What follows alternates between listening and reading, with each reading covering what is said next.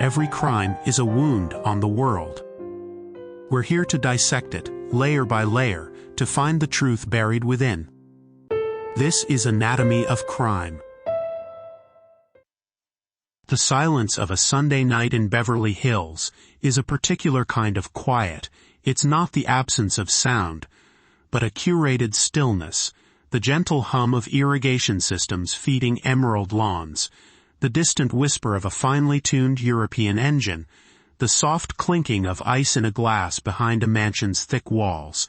It is a silence bought and paid for, a testament to wealth, privacy, and an almost sacred sense of order. This was the Beverly Hills of the late 1980s, the apex of an era of unapologetic excess, where the mantra, "greed is good," wasn't just a line from a movie, it was a business plan.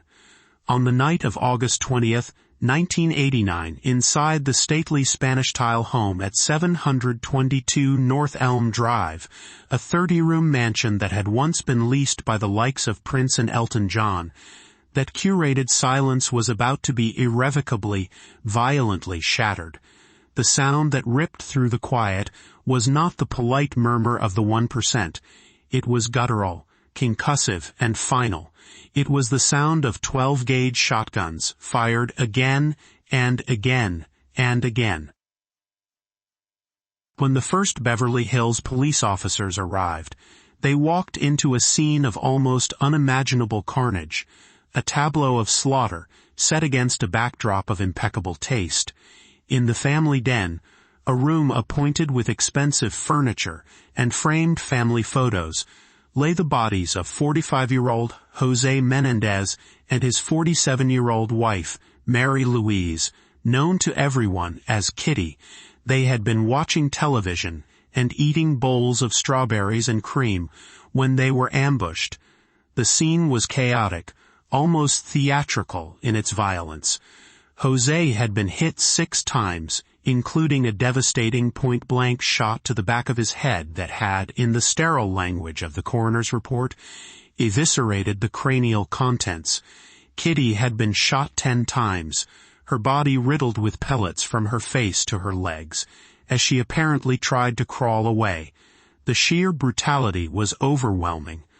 The walls, the ceiling, the expensive carpet, all were sprayed with blood, bone, and tissue. It was a scene so savage, so filled with a furious rage, that the first officers on the scene, accustomed to burglaries and the occasional domestic dispute, immediately suspected a professional mob-style execution.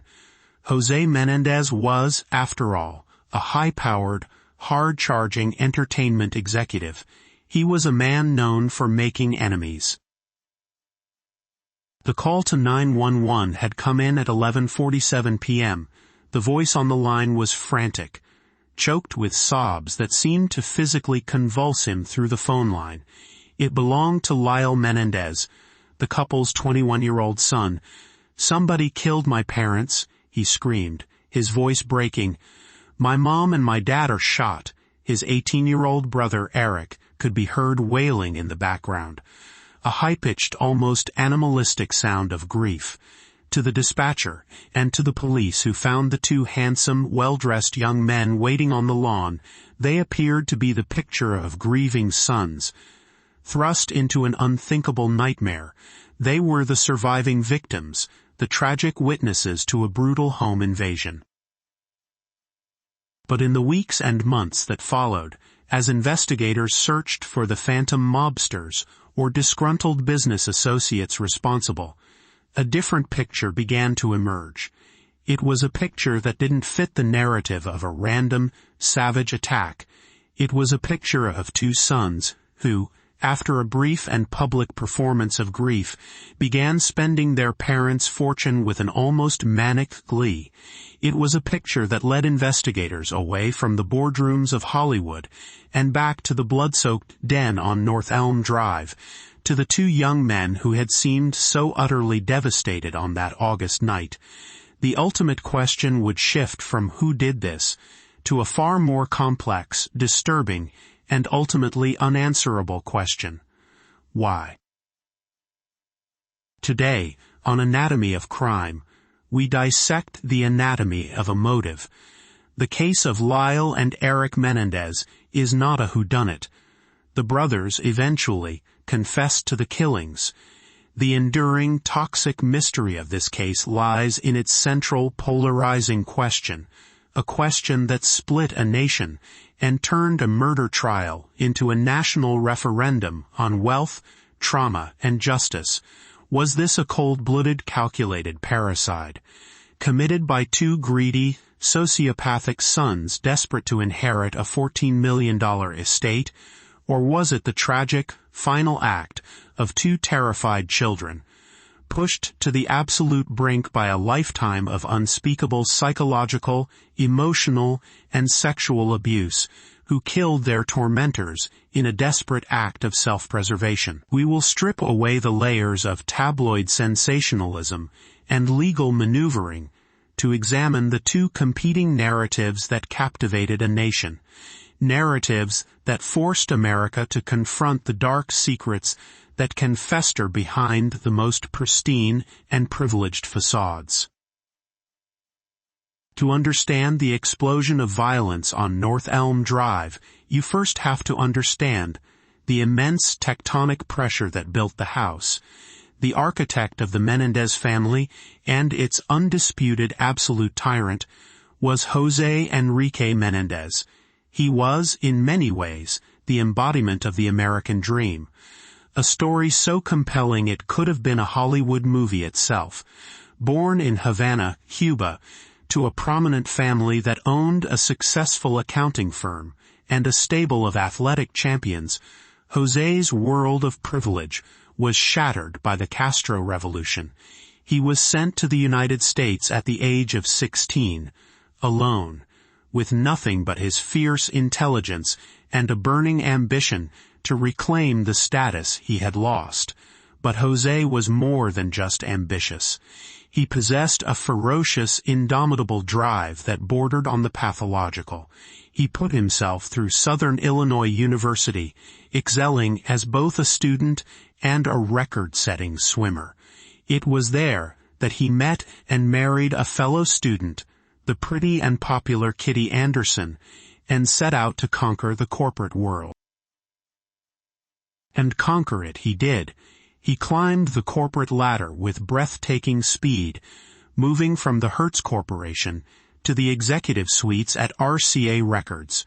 He was a master negotiator, a ruthless businessman who was both feared and respected, known for his cold-eyed focus and his ability to intimidate opponents. He eventually became the CEO of Live Entertainment, a home video distribution company that was a subsidiary of the high-flying Coralco Pictures, the studio behind blockbuster franchises like Rambo. José was a major player in a town full of them. He moved his family from a comfortable life in New Jersey to the exclusive enclave of Calabasas, California, and finally, to the ultimate symbol of his success, the $700,000 home in Beverly Hills. He had made it. He had not just achieved the American dream. He had subdued it. But the same qualities that fueled his professional success made him a dictator at home. By all accounts, including those of family and friends who would later testify, José was a perfectionist who demanded nothing less than absolute obedience from his sons. He was a man obsessed with image, status, and control. Lyle and Erik were not so much his children as they were his projects, extensions of his own monumental ego, vessels for his unfulfilled athletic ambitions. He pushed them relentlessly in sports, particularly tennis, pouring tens of thousands of dollars into private lessons and elite coaches, hoping to mold them into world-class athletes. When they failed to meet his impossibly high standards, his disappointment was crushing, and his criticism was merciless. He controlled every aspect of their lives, their friendships, their studies, their finances, even their clothing, the opulent lifestyle, the Rolex watches, the Alfa Romeo sports cars, the designer clothes, the first-class travel, was not a gift. It was a leash. It was a constant reminder of who was in charge, of who held all the power, and of what could be taken away at a moment's notice. Kitty Menéndez was a more complex and ultimately tragic figure. A former beauty queen from a middle-class Chicago suburb, she was described by friends as charming and vivacious, but beneath the surface lay deep insecurities and a fragile emotional state. She was a woman utterly adrift in her husband's powerful wake. While José was building his empire, Kitty struggled with depression, anxiety, and a profound sense of purposelessness. She had abandoned her own dreams to become the perfect corporate wife, a role she seemed both to embrace and resent. Her parenting was erratic, swinging between overbearing, almost smothering affection and volatile emotional outbursts. According to later testimony from relatives, she struggled with alcohol and prescription drug abuse, and was prone to fits of histrionic rage and suicidal gestures. She was, by many accounts, complicit in José's oppressive regime. She idolized her husband and his success, and she rarely, if ever, challenged his authority over the boys. She became the enforcer of his rules, the buffer, and, if the defense was to be believed, the gatekeeper to the family's darkest and most unforgivable secrets. Lyle, the older son, born in 1968, was more like his father, outwardly confident, domineering, and ambitious. He was handsome, popular, and projected an air of casual entitlement. He enrolled at Princeton University, his father's dream, but his academic career was a disaster. He was placed on academic probation and was eventually suspended for a year after being caught plagiarizing a paper. This failure was a source of immense shame and a major point of conflict with his father. He was a young man desperately trying to project an image of success and power that he hadn't yet earned. Erik, born in 1970, was his opposite in nearly every way. He was shy, sensitive, and deeply introverted. He was a gifted writer but struggled with a profound, almost crippling anxiety and depression. He lived in his older brother's shadow, constantly seeking the approval of a father who seemed to view his artistic sensitivity as a profound weakness. In a haunting piece of foreshadowing, Erik had co-written a screenplay with a friend just a year before the murders. The screenplay, titled Friends, was about a wealthy teenager named Hamilton who murders his overbearing father to inherit his fortune. From the outside, they were the picture of American royalty, living a life of unimaginable privilege. But inside the walls of their mansions, the emotional climate was toxic. The pressure was suffocating. The brothers were raised in an environment where love was conditional, tied directly to performance and obedience. Failure wasn't just disappointing, it was a personal affront to José, a stain on the perfect image he had so carefully constructed. This was the gilded cage they grew up in, a world of material luxury and profound emotional poverty. And according to the defense that would later stun the world, it was also a world of unimaginable horror, a private hell of abuse that had been festering for over a decade, slowly building pressure until it reached its inevitable, explosive breaking point. The timeline of the crime begins, not on the night of August 20th, but 2 days earlier, on Friday, August 18th. On that day, Lyle and Erik Menéndez drove from Beverly Hills to San Diego. They stopped at a Big 5 sporting goods store where they purchased 2 Mossberg 12-gauge pump-action shotguns and several boxes of ammunition. The purchase was made by Erik, who used a stolen driver's license belonging to a friend, a man named Perry Berman, who had reported his wallet stolen a year earlier. The prosecution would later portray this as the cold, deliberate first step in a meticulously planned execution. The choice of weapon and ammunition, birdshot, was, they would argue, intentionally cruel, designed to inflict maximum damage. The defense, however, would frame this gun purchase as an act born of escalating fear, a last resort for two sons who, they claimed, had become convinced that their parents were about to kill them to ensure their silence forever. On the evening of the murders, Sunday, August 20th, the brothers' stated alibi seemed plausible, if a bit convoluted. They told police they had gone to see the newly released blockbuster, Batman, at a local cinema. After the movie, they had planned to meet a friend at a popular food festival in Santa Monica, called the Taste of L.A. Finding the crowds too thick, they claimed they drove to another location, then called home, and got no answer. Growing worried, they drove back to Beverly Hills, arriving home shortly before midnight to discover the horrific scene in the den. But the real story, the one that would eventually emerge from Erik's tortured confession, was starkly different. After purchasing the guns in San Diego, they had hidden them. On Sunday night, with their parents settled in the den, they retrieved the shotguns from the trunk of Lyle's car. They entered the house through an unlocked side door and crept down the hallway. What followed was an act of shocking, almost incomprehensible overkill. Standing in the doorway, they opened fire. They fired the first shot into Jose's back as he sat on the sofa. He screamed and jolted forward. They fired again and again, hitting him in the elbow, the back of the knee, and finally, the back of his head. Kitty, awakened by the deafening blasts, jumped up and, according to the brothers, tried to run. She slipped in her husband's blood, fell to the floor, and began to crawl. The brothers shot her in the legs, the arm, the chest, and finally in the face, destroying her features. They fired a total of 15 shots in a matter of seconds. After the slaughter, in a display of chilling composure, the brothers methodically collected the spent shotgun shells from the floor.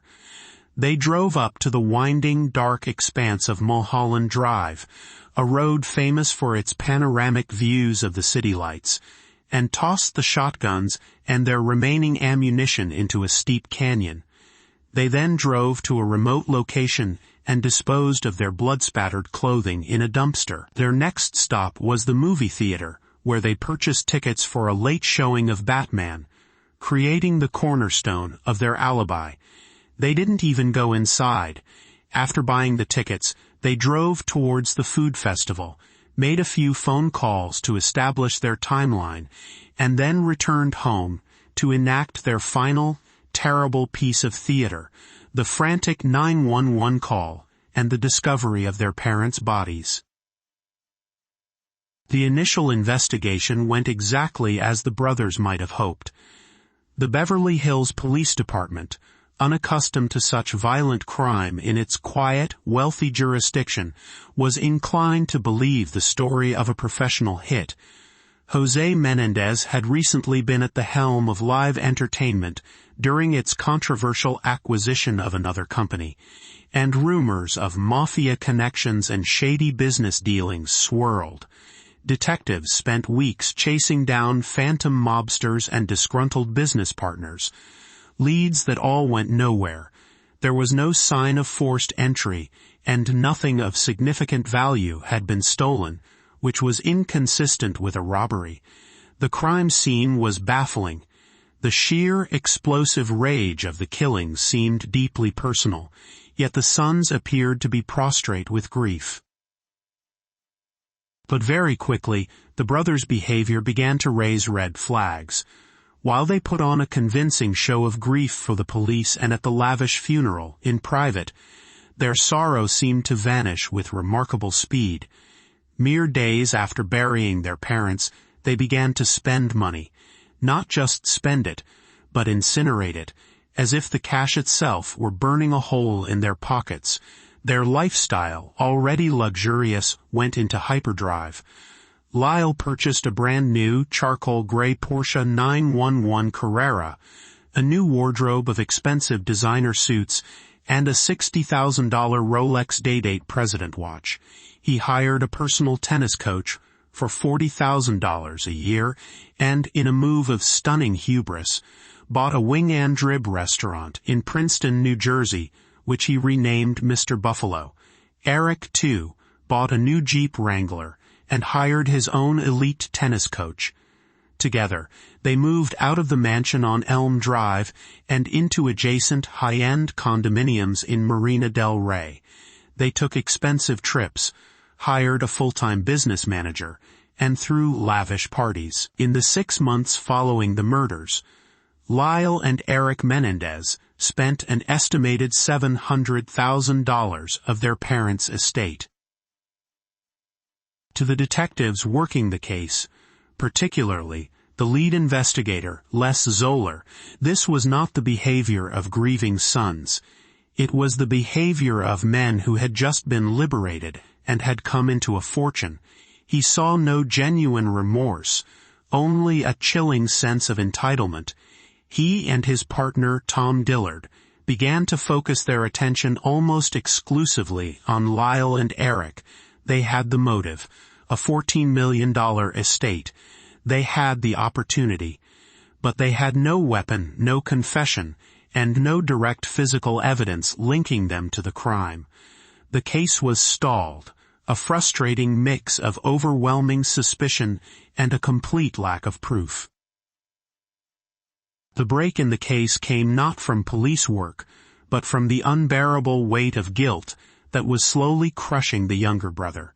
Erik Menéndez was unraveling.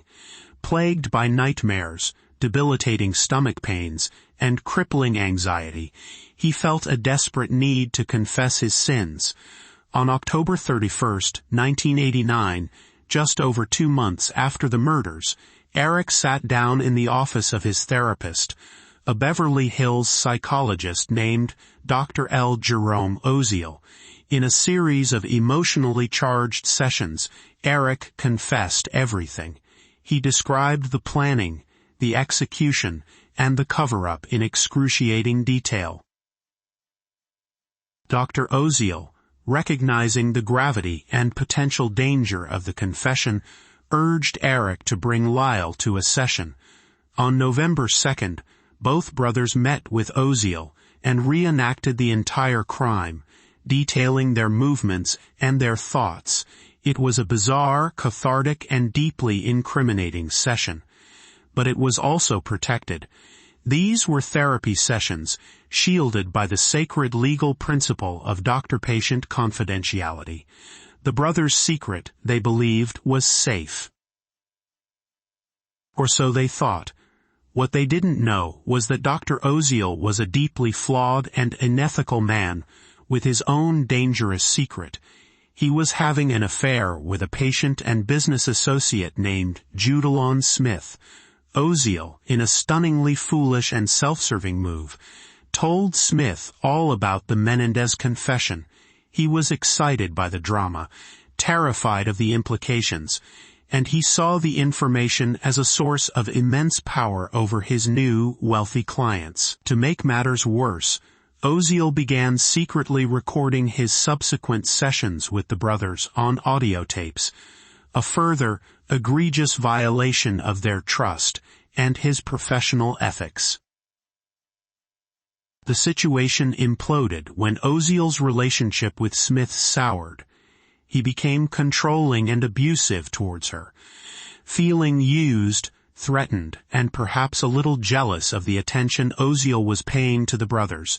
Smith finally went to the Beverly Hills police in March of 1990. She told them everything she knew. She told them about Erik's confession, about the joint session where both brothers detailed the crime, and most importantly, about the secret audio tapes. For Detectives Zoller and Dillard, it was the key they had been searching for 7 long months. This ignited a fierce legal battle. The police obtained a search warrant and seized the therapy tapes from Dr. Oziel's office.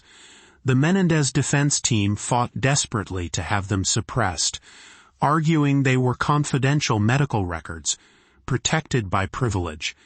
The prosecution countered that the privilege was voided because the brothers had made direct threats against Oziel during their sessions, warning him to keep quiet, which fell under California's dangerous patient exception to confidentiality. After a series of tense court hearings, a judge ruled that some of the tapes, including the one containing the threats, were admissible as evidence. The walls were closing in. On March 8, 1990, Lyle Menéndez was arrested at his family's mansion. A few days later, Erik, who had been competing in a tennis tournament in Israel, flew home and surrendered to authorities. The two privileged sons of Beverly Hills were charged with the first-degree murder of their parents.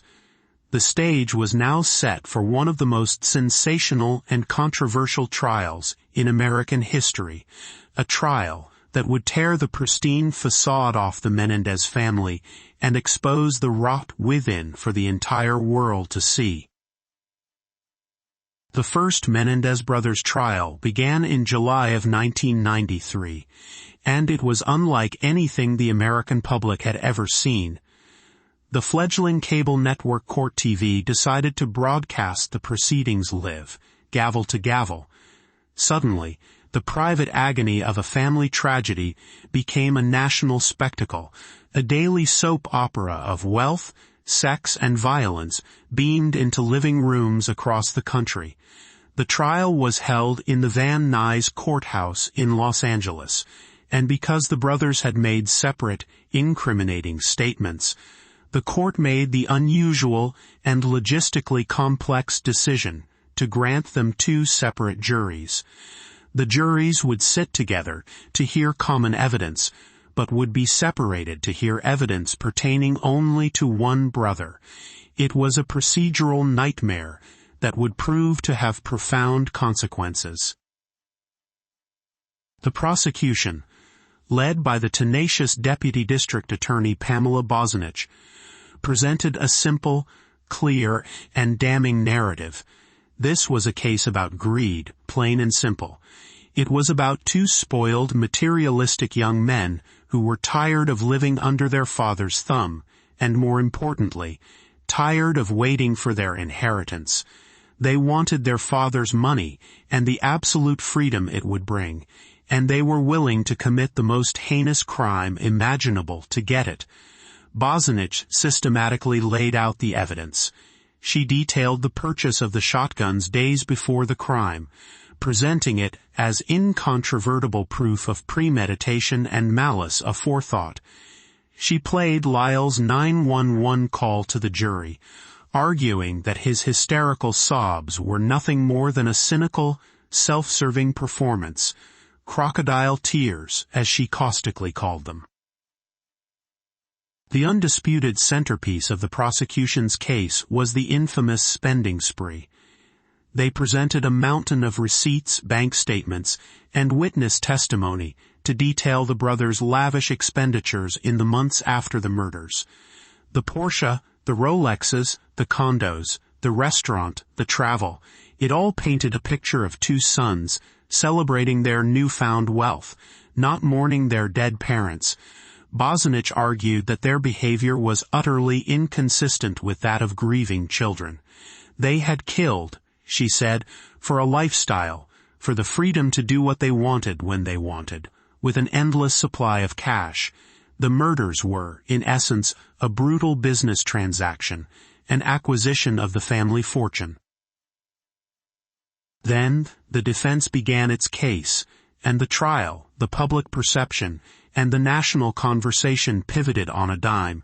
Erik's lead attorney was a fierce, brilliant, and famously passionate defense lawyer named Leslie Abramson. She didn't just challenge the prosecution's narrative. She obliterated it and replaced it with something far more complex, disturbing, and, to many, deeply sympathetic.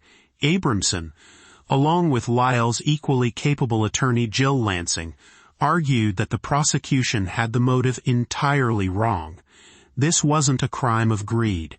It was a crime of fear. It was, they claimed, the tragic, inevitable, and desperate result of a lifetime of horrific abuse.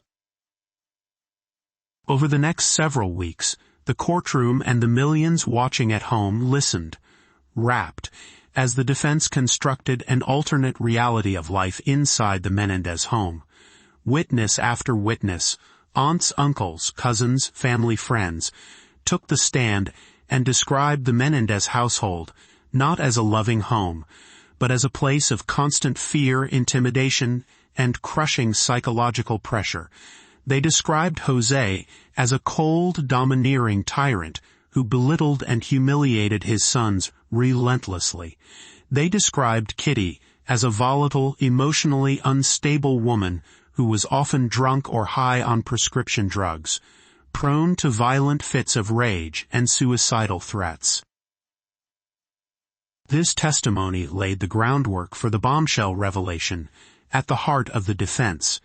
In tearful, often gut-wrenching testimony that spanned several days, Lyle and Erik Menéndez took the stand and accused their father of subjecting them to years of relentless and escalating sexual abuse, beginning when they were young children.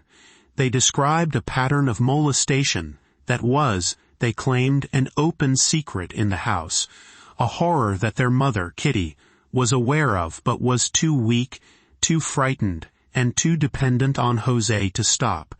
They claimed that Kitty was not just a passive enabler, but was herself a victim of Jose's cruelty and a perpetrator of her own forms of physical and emotional abuse against them. According to the brothers, the killings were an act of desperation, a final panicked response to an imminent threat. They testified that in the months leading up to the murders, they had begun to confront their parents about the abuse. They claimed this confrontation pushed their parents over the edge. They said they believed their parents were plotting to kill them to prevent the family's dark secret from ever being exposed. The murder of their parents, they argued, was a preemptive strike, an act of what the law calls imperfect self-defense. They genuinely, if unreasonably, believed it was a choice: kill or be killed. This testimony changed everything. The case was no longer a simple story of greedy kids. It became a national referendum on child abuse, privilege, and the very concept of victimhood. Were the brothers victims who finally fought back, or were they cunning manipulators, cynically using a fabricated story of abuse to escape justice? The public was deeply and passionately divided. Leslie Abramson was a masterful defense attorney. She was ferocious in her cross-examinations and presented a persona that was both maternal and protective with Erik on the stand. She argued that the prosecution's entire case was built on a fundamental misunderstanding of the psychology of abuse victims. The spending spree, she argued, wasn't a celebration. It was a desperate, dysfunctional attempt by traumatized young men to fill the gaping emotional void in their lives with material possessions. The lack of visible grief wasn't a sign of callousness. It was a symptom of post-traumatic stress disorder. She forced the jury and the country to look at every piece of evidence through a new lens, the fractured and distorting lens of trauma. The prosecution fought back fiercely. They portrayed the abuse allegations as a desperate, 11th-hour fabrication, a convenient and disgusting excuse cooked up by two sociopaths with the help of a zealous and unethical defense attorney. Bozanich pointed out that neither brother had ever mentioned abuse to anyone, not to friends, not to teachers, not even to Dr. Oziel in the initial confession, until after their arrest, when they were facing the death penalty. She grilled them on the stand for days, picking apart inconsistencies in their stories. She argued that the brutal execution-style nature of the killings, the overkill, was not the act of frightened children in a panic, but the work of cold, hateful murderers. The The shot to the back of Jose's head, she argued, was an act of pure malice, ensuring he was silenced forever.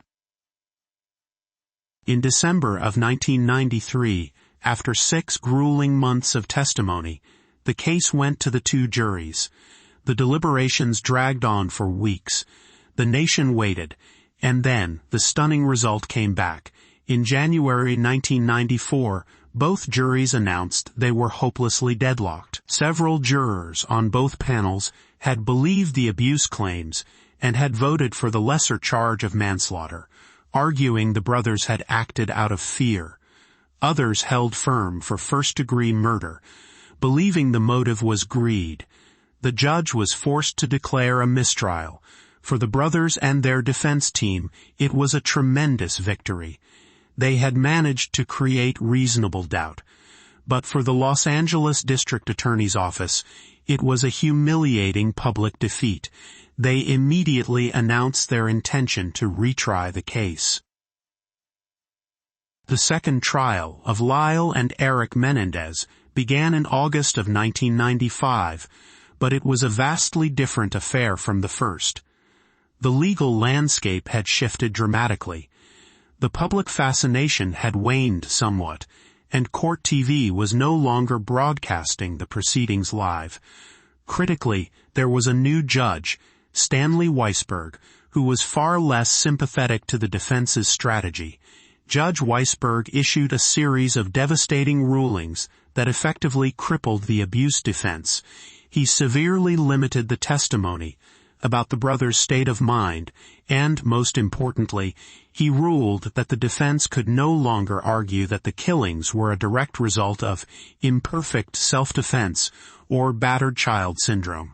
In essence, he told the jury that even if they believed the abuse happened, it was not a legal excuse for murder. This time, there was only one jury for both brothers. The prosecution was now led by a new, aggressive deputy district attorney named David Kahn. Learning from the strategic mistakes of the first trial, Kahn kept his case simple, focused, and relentless. He hammered away at the greed motive. He barely touched the abuse allegations, dismissing them as irrelevant legal trash. Instead, he focused the jury's attention like a laser on the brutal facts of the crime.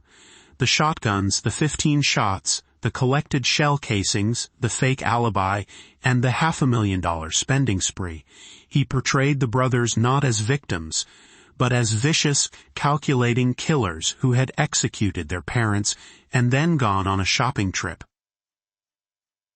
Without the powerful emotional defense that had been so effective in the first trial, Lyle and Erik's case crumbled.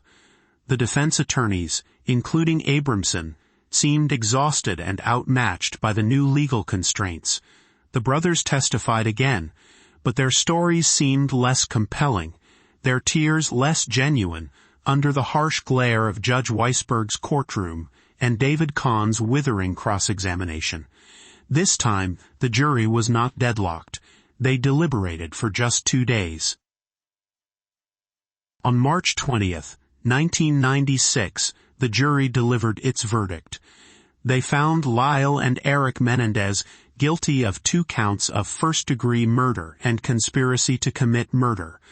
The jury also found the special circumstance of multiple murders to be true, making the brothers eligible for the death penalty. During the penalty phase, the jury ultimately decided against death, and on July 2, 1996, Judge Weisberg sentenced both brothers to 2 consecutive terms of life in prison without the possibility of parole. As he handed down the sentence, he stated plainly that he believed their primary motive was to gain control of their parents' immense wealth. The legal system had finally rendered its judgment. So we arrive back at our central question, the anatomy of the motive. After 2 marathon trials, millions of dollars in legal fees, and a verdict that sent 2 sons to prison for the rest of their lives, are we any closer to a definitive answer? The court of law, in the end, sided with the prosecution. The final verdict was a legal declaration that the motive was greed. The evidence of premeditation and the undeniable fact of the spending spree were too powerful to overcome within the rigid framework of the second trial. Yet, the questions raised by the defense refused to disappear entirely. The abuse allegations were never legally disproven. They were simply deemed legally irrelevant as a justification for murder. Numerous family members did testify to a deeply toxic and psychologically abusive home environment, lending at least some credence to the defense's portrait of the Menéndez household as a place of misery. Could it be that both motives were true? Is it possible that the brothers were genuine victims of years of horrific abuse, and that this abuse twisted them into becoming the kind of men who could then kill for money? Perhaps the abuse didn't excuse the murders, but it explained the monstrous pathology that led to them. Perhaps the truth is not a binary choice between greed and fear, but a far murkier, more disturbing fusion of the two. The abuse may have planted the seed of rage and resentment, and the allure of the $14 million inheritance provided the final, fatal incentive to act on it. Lyle and Erik Menéndez remain in prison today. For over 2 decades they were held in separate facilities, but in 2018 they were reunited in the same housing unit at the Richard J. Donovan Correctional Facility in San Diego. Their case has become a cultural touchstone, a shorthand for patricide, privilege, and the dawn of reality television justice. It forced a difficult, uncomfortable conversation about what can happen behind the closed doors of even the wealthiest families, and it laid bare the power of a compelling narrative to shape public perception. The 2 trials presented 2 starkly different anatomies of the same crime, 2 competing stories about why a family was destroyed from within. One was a simple, brutal tale of avarice. The other was a complex, tragic saga of abuse, trauma, and revenge.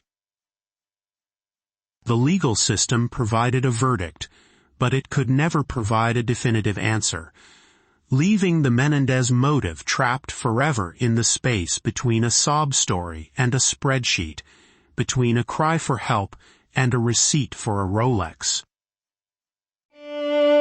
This has been Anatomy of Crime, where the truth is never simple, but always worth seeking.